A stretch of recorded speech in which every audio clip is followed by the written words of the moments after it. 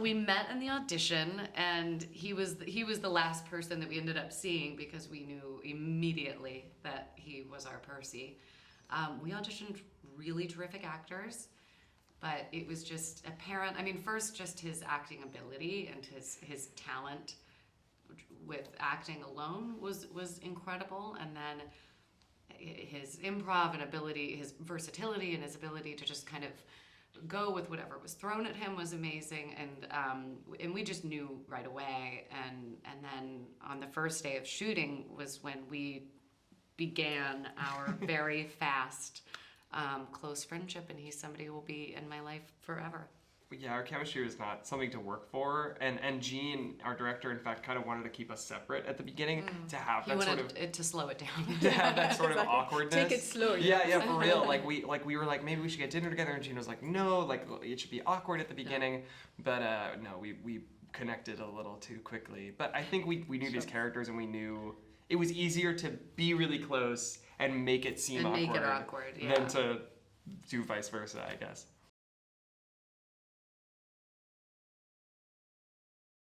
I mean, there's a lot of creative freedom, which is great. In this case, it wasn't really needed. You know, we've been asked a lot about improv on this movie, and Andrew did more improv than I did, but the script was so perfectly written, and it was so funny, and Gene Stupnitsky and John Phillips are the best comedic writers ever. So it's not like I was gonna come up with something like better or funnier. And Gene, the director, was the head writer on The Office, so he would just have these alternate lines and would just kind of throw them at us, which was kind of, you know, Gene was kind of improvising in a way.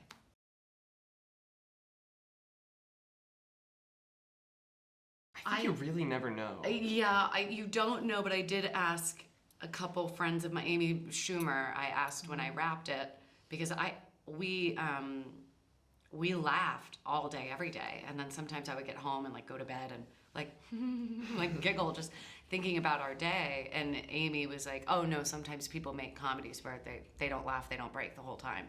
And I was like, "Oh, we don't have that. That seems like a good sign." That we were laughing every day. Yeah. Yeah, we knew it was funny in the room, and like also it depends on the joke. Like a lot of times you'll see the take where it was like the one that we couldn't get through, and then other times it's something that we didn't realize was funny at all, and then you see an audience, or you see it with an audience, and it's so funny. So I think Gene and John sort of can visualize that full scope of comedy, and we filmed every version of it. And where there's a hilarious joke, they have 1,000 more.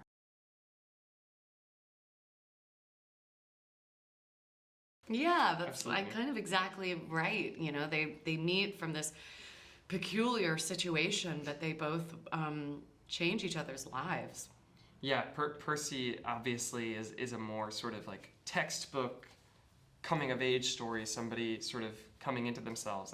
I think it's really one of the strongest points of this movie that it turns out he really has something to teach Maddie as well about reaching for a connection as opposed to pushing it away.